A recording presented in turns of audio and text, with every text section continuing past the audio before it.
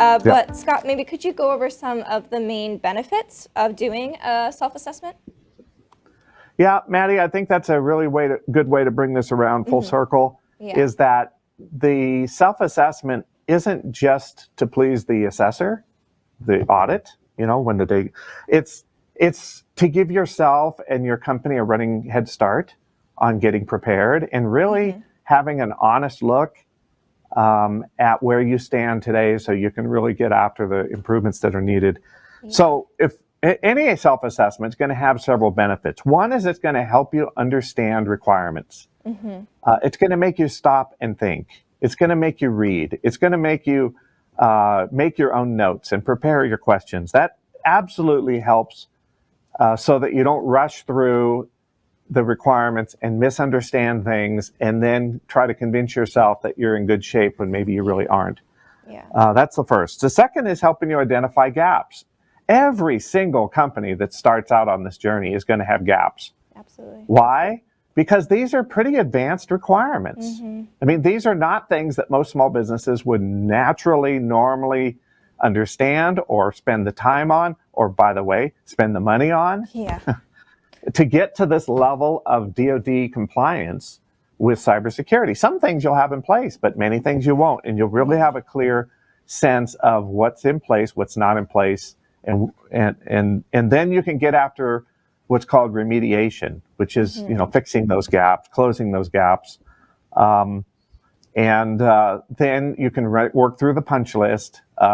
In NIST and CMMC speak, that's called your POAM, your Plan of Action and Milestone. And in fact, in the core platform, there's a report called the POAM that breaks down all your gaps and shows what actions you're taking to remediate. It also provides and creates documentation. This is a big part of any compliance, is showing the documentation and the evidence and the records. So you can kind of kill two birds with one stone here. By doing your self-assessment, you're also helping to prepare for the real assessment, putting a lot of those documents in place.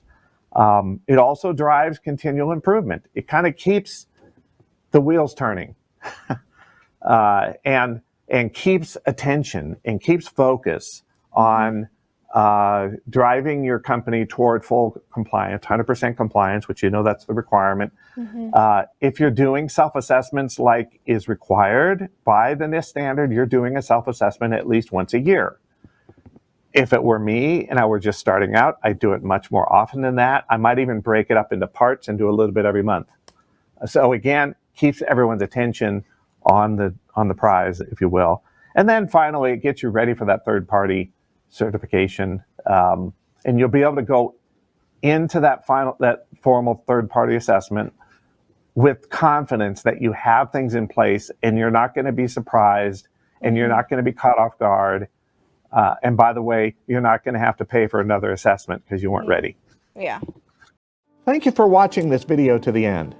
This is part of a longer series on DFARS, NIST, and CMMC compliance produced by Core Business Solutions. Please subscribe to this channel, like this video with a thumbs up, and click the bell to get notified when we drop a new video. Also, we'd appreciate it if you would share this video with your colleagues who need to stay up to speed on DFARS, NIST, and CMMC. Thank you, and we'll see you again in the next video.